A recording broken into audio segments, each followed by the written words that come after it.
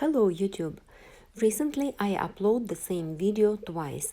First in Russian with Russian titles, and 1 minute later it's in English for my English speaking orchid friends. Today video is about Cattleya skinneri. We were repotting in Phipps Conservatory Botanical Garden in Pittsburgh. Orchid is native to South America, and in Costa Rica it is a national flower of their country. This plant was not reported for 6 years, and now Katie, she is in charge of orchid department in our botanical garden, trying to get it out of pot. As you see, she is using a butter knife. She said it's a good tool to use because it's not that sharp, but at the same time it's pretty firm to go around the plant to free it out of pot. Our Orchid Society members volunteer in botanical garden to help to water plant, to repot them, and this one grows so tall, so big, fill the entire pot with bulbs and roots. Katie said it's a vigorous bloomer. Flowers may be not that big, only 9 centimeters, but there is a lot of them and they're pink with a yellow lip.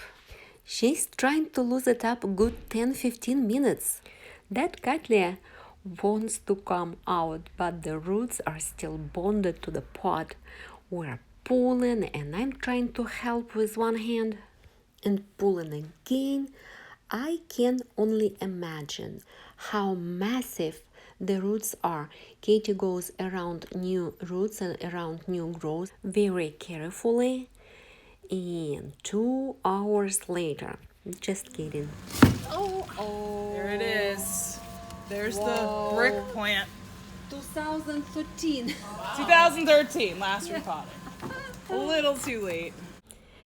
Yeah, very massive roots. The brown ones, I can pull them off. They are not functional. But the white ones, they're still alive. At some point, roots get old and they die, and it's normal. Digging deeper inside that root ball, we realize there is no potting mix. Some of it decomposed, some of it roots just pushed out of the pot. Katie decided she wants to break it in half. I think you need to use like a chainsaw. Just I don't want to like cut it this way. I'll cut it this way. This is what I usually do, is get the knife in and pull out. Yeah, I see they are not functional. But they still add some stability, yeah, so I try not to get rid of them completely when it's this big of a plant, or I'll fall over. This saw is not even that good.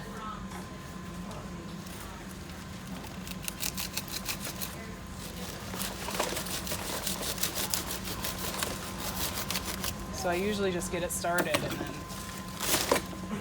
voila! Oh my gosh.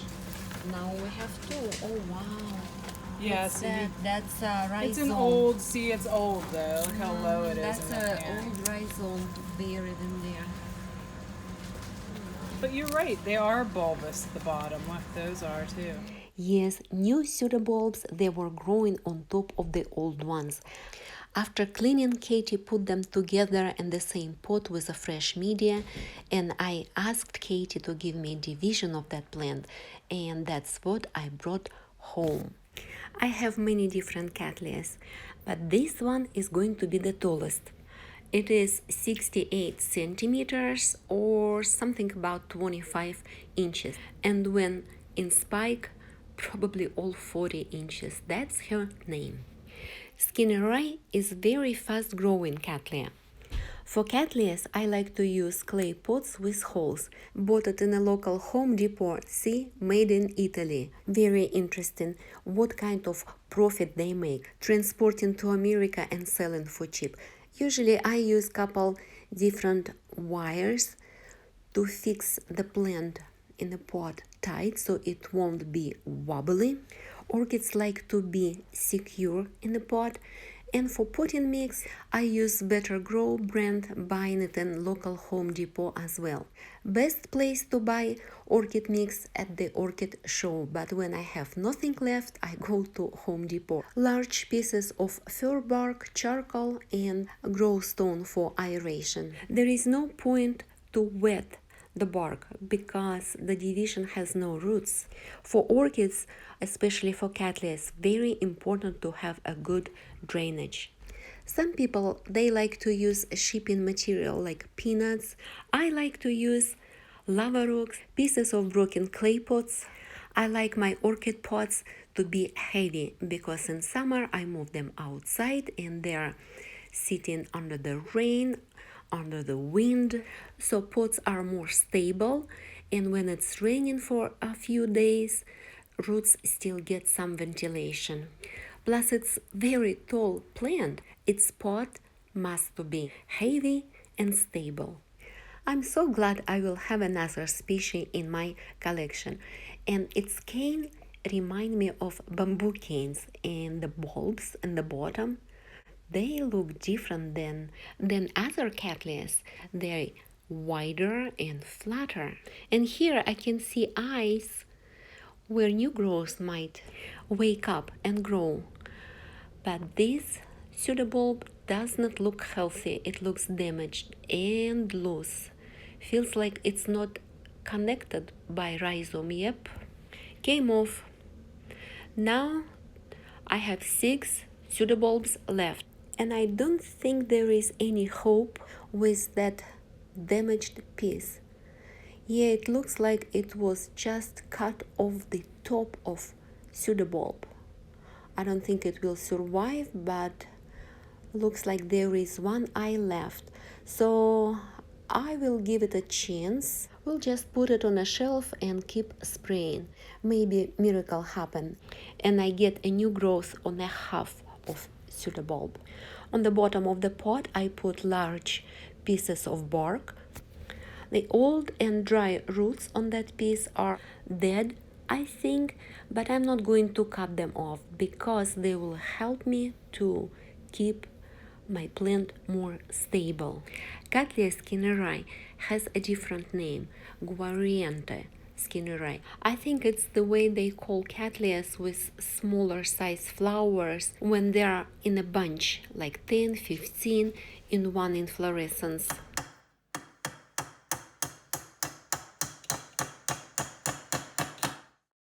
Cattleya has to be very secured in the pot because when new roots start to grow, it should not be wobbly because so very easy to damage growing gentle root tips.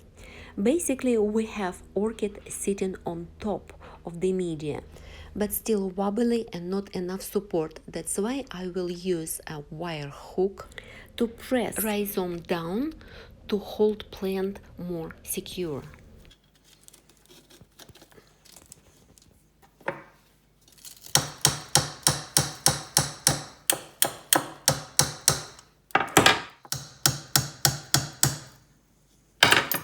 See, now it's all secure.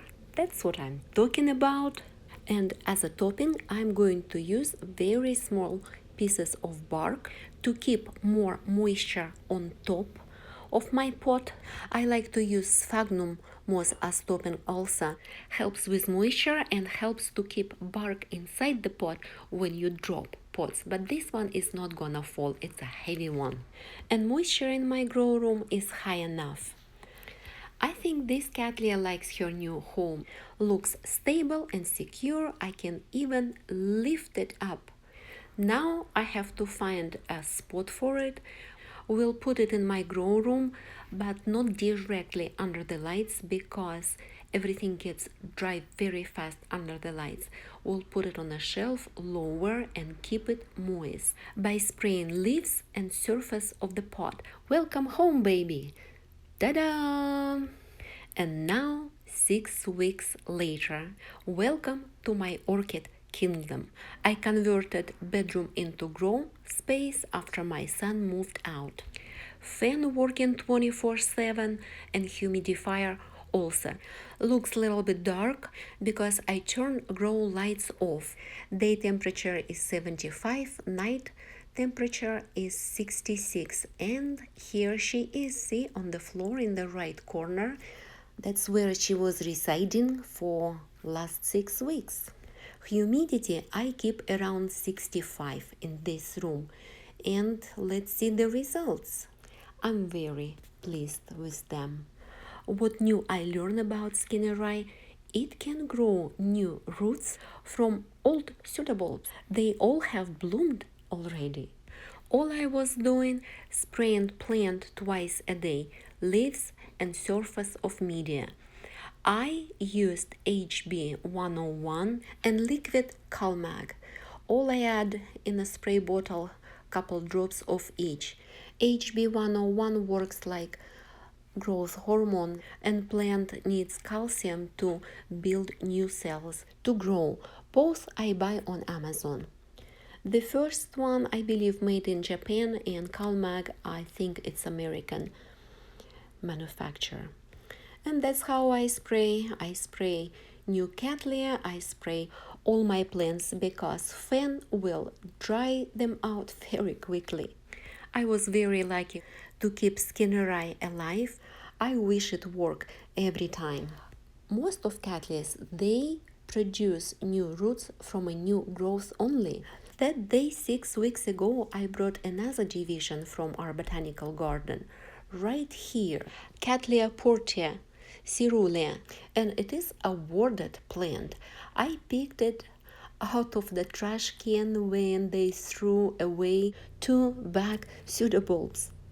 6 weeks ago there was nothing on the bottom, and now there is a swollen eye about to start to grow, and maybe 3 months later it will give plant roots. Not all Cattleya the same.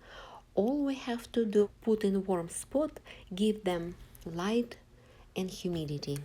That's all for now. Until next time. Happy growing, everybody. Bye bye.